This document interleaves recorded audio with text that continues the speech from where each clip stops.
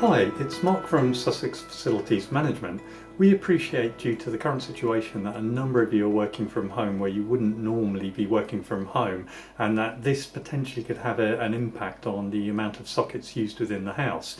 Our sister company, MPAT Portable Appliance Testing, would normally go and do testing for work from home people, but during the current climate we can't, unfortunately. So what we thought we'd do to ensure that everyone's as safe as possible is pass along some of our top tips. The first top tip is to only use 6 of the sockets within the extension.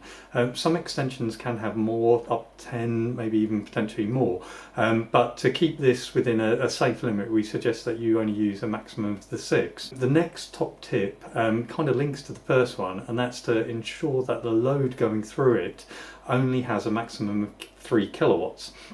Now, every appliance should have the amount of usage within it, but it can be difficult sometimes to find it or understand it. So the best rule of thumb is to try not to use any heavy pieces of equipment on an extension lead, and that's really heavy drawer equipment like heaters, hair products, kettles, anything like that. So if you keep it just to IT equipment, that should be absolutely fine. The next top tip 3, would be not to daisy chain, and daisy chaining is very common, and it's sometimes seen as an easy way to get over a situation where you haven't got power where you would like it.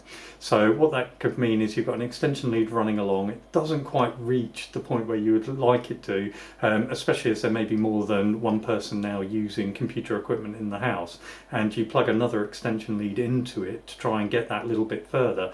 The reason why it's not best practice is because it makes it very, very easy to overload a circuit. Instead of having 6, you may have sort of a good number of other extensions on it, and it can be very easy to overload the circuit. So again, where possible, get another extension lead that's a little bit longer for that one. 4 is trailing cables. It can again be very easy just to plug it into a socket, run your cable along, and then work at another location, and people would need to potentially step over your cables. This can, one, make a trip hazard, but also if it is sort of caught on with a foot, it can actually pull the cables out. I'll do sort of show you a couple of things to look out for. So if you've got a cable like this at the plug end and somebody catches the cable, it can pull this. So you do want to ensure where possible you don't trip. You don't want to trip, but you don't want to have any trip hazards within the house. The next top tip is to actually check your cables. So what you want to do is ensure that they're unplugged, and like this one here, you'd want to sort of have a look around it. You want to check that the plugs aren't looking like they've got any burning on them or they've been overheating. Check the cables, so you'd have a little look in here, see if you can see the inner sheathings, inner cables, or any wires. Then check down all of the cable, having a feel with your hand and also your eyes, and you check all the appliances through to the end and check inside, see if there's any burning on those or the casing's broken. So once you've done that, that's great, but it's especially important if you've got pets within the house.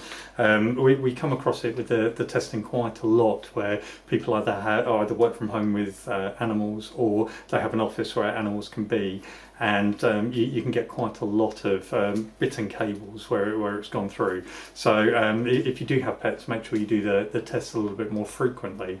As we can't actually do the PAT testing at the moment, one of the things we can offer is to do a video service where we can do a short video with you, just having a look through, see if there's anything there that would look to be unsafe. If that's something that you would like to do, please visit our website www.sussexfacilities.co.uk, or contact us on office@sussexfacilities.co.uk.